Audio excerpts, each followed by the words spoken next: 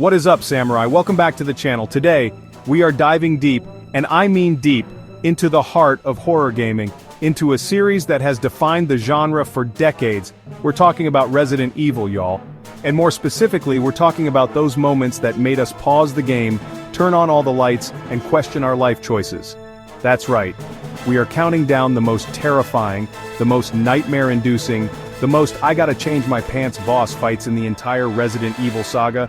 These aren't just difficult bosses, these are the ones that stick with you, the ones that haunt your dreams long after you've put the controller down. These are the creatures that Capcom's finest horror minds cooked up in a lab somewhere, specifically designed to make us scream. From relentless stalkers that just won't quit to grotesque abominations that defy all logic, these encounters are the pinnacle of video game terror. They're the reason we have trust issues with hallways, with lakes, with basically any closed door. I know I've got my list of bosses that personally victimized me, the ones that had me throwing my hands up and yelling at the screen, but I know y'all have your own stories, your own traumas. So as we go through this list of absolute horrors, I want you to be thinking, I want you to dig deep into those repressed gaming memories. Which Resident Evil boss fight truly scared you the most? Which one made you feel genuine heart-pounding fear? Get ready to drop it in the comments below because I need to know I'm not the only one who's been scarred for life by these digital demons. Alright, enough talk. Let's get into the nightmare fuel. Let's do this. Kicking off this list, we have to start with the icon of terror himself, Nemesis from Resident Evil 3. Look, there are stalker enemies and then there is this dude. Nemesis isn't just a boss you fight in a designated arena at the end of a level. No. That would be too easy, too kind. This trench coat-wearing monstrosity hunts you, stalks you, pursues you through the entire game. He is relentless. You'll be minding your business, trying to solve a puzzle, maybe looting for some green herbs, and then bam, a wall explodes, and you hear that one single terrifying word, stars. It's a different kind of fear, man. It's the anxiety of knowing he could show up at any second. Every single encounter is a frantic, desperate fight for survival. He's faster than you, he's stronger than you, and he has a freaking rocket launcher. A rocket launcher. The game gives you the option to fight him or run, but let's be real. Most of the time you are running for your dear life, heart pounding in your chest, praying you can make it to the next screen. He breaks the rules of the game. He can follow you through doors, which back in the day was unheard of. The safe zones were no longer safe. Nemesis fundamentally changed the game, turning Raccoon City into his personal hunting ground, and we were the prey. Pure, unadulterated panic in a trench coat. Speaking of stalkers who don't know how to quit, let's talk about the man in the fedora, Mr. X from Resident Evil 2. Now Nemesis was all about explosive, in-your-face terror. Mr. X, he's a different flavor of fear. He's the slow, creeping dread that seeps into your bones. It's not about what you see, it's about what you hear. The sound design for this man is pure evil genius. You're in the Raccoon City Police Department, a place that's already creepy enough, and then you hear it. Thump, thump, thump.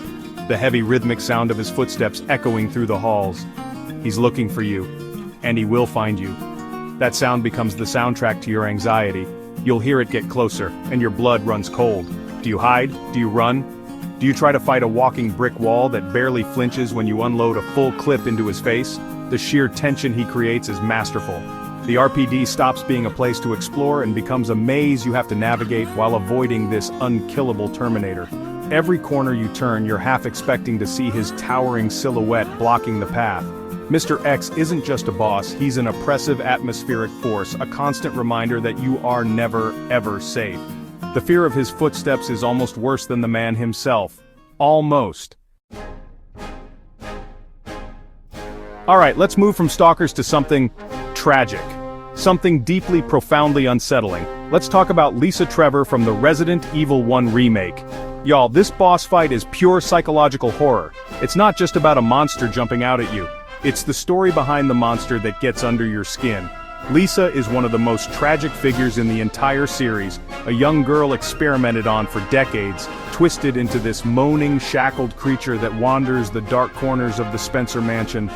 Her presence just fills you with this deep sense of sadness and dread. You can hear her cries and the rattling of her chains long before you ever see her. When you finally encounter her in that creepy cabin and later in the catacombs beneath it, it's just unnerving. She's not fast, She's not aggressive in the same way as other bosses. She just shambles towards you, a grotesque parody of a human being, with a face that is literally just a collection of other faces she's taken. The whole fight is drenched in this heavy, sorrowful atmosphere. You're not fighting a monster, you're fighting a victim.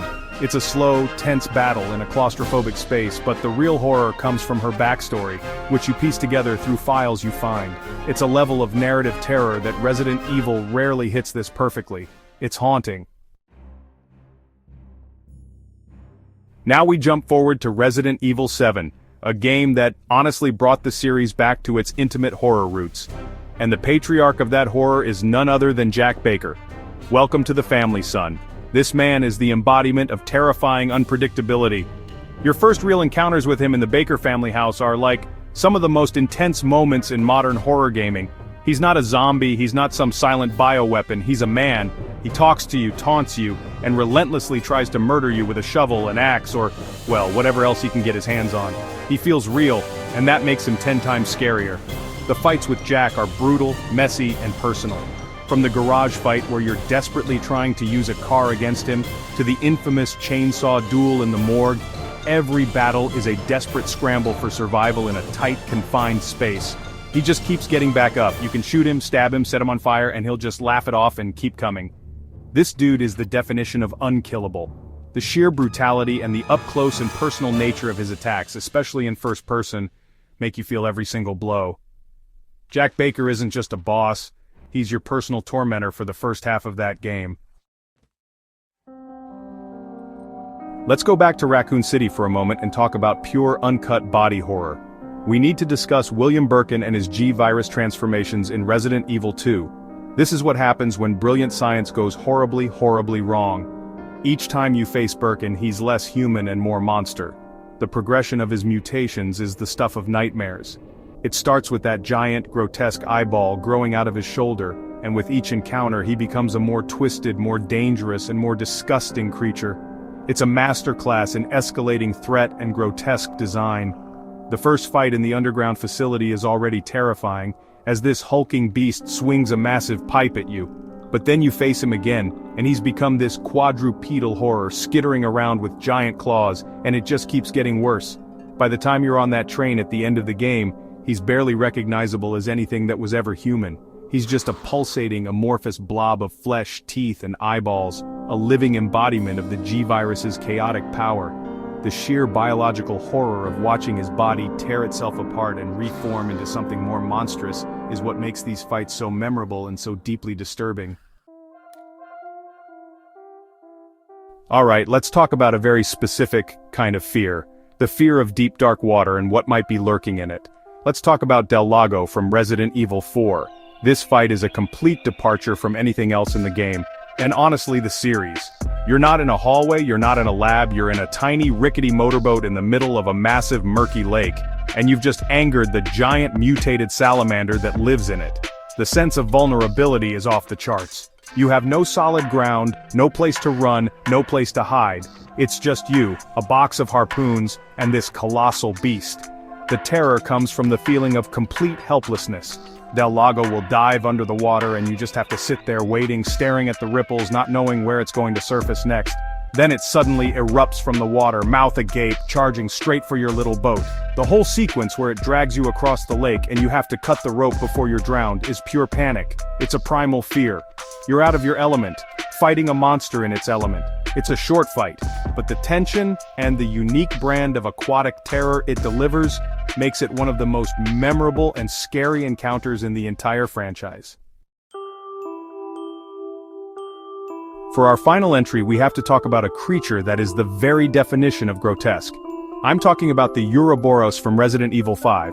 Now, RE5 is more of an action game, we all know that. But when this thing shows up, the action stops and the horror cranks right back up to 11. Ouroboros is a writhing, slithering mass of black, oily tentacles and leeches, punctuated by glowing orange weak spots. Its design is just disgusting. It looks like something that crawled out of a bio-horror nightmare, a constantly shifting and evolving threat that wants to absorb you. The fight itself is a high-stakes game of cat and mouse in a confined space. This thing will seep through grates and reform, blocking your path and trying to engulf you with its tendrils. The real terror, though, comes from how you have to beat it. You have to lure this horrifying creature into an incinerator. The whole battle becomes this tense sequence of baiting it, running to the controls and hoping you can activate the furnace in time before it grabs you. It's a boss that preys on your disgust and your fear of being overwhelmed by its sheer horrifying form. It's a slimy, slithering, unforgettable horror show. And there you have it, Samurai, our countdown of the 7 scariest, most pants-wettingly terrifying boss fights in Resident Evil history. From relentless stalkers to giant lake monsters to blobs of pure nightmare fuel, this series has never been afraid to push the boundaries of horror. Going back through these clips, man, it brings back all the anxiety, all the fear. These developers knew exactly what they were doing. They crafted these encounters to stick with us, to become the stories we tell other gamers about, the challenges we brag about overcoming. These aren't just pixels on a screen, they're digital trauma, and honestly, we love it. But that's just my list. That's what gets my heart pounding. Now I need to hear from you. The Samurai Slice is not complete until I hear from the samurai themselves. I know there are bosses I missed.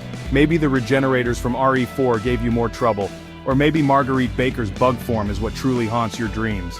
I need you to go down to the comments section right now and let me know, what is your scariest Resident Evil boss moment? Tell me the story. I want all the details. Let's turn the comments into a huge support group for Resident Evil survivors.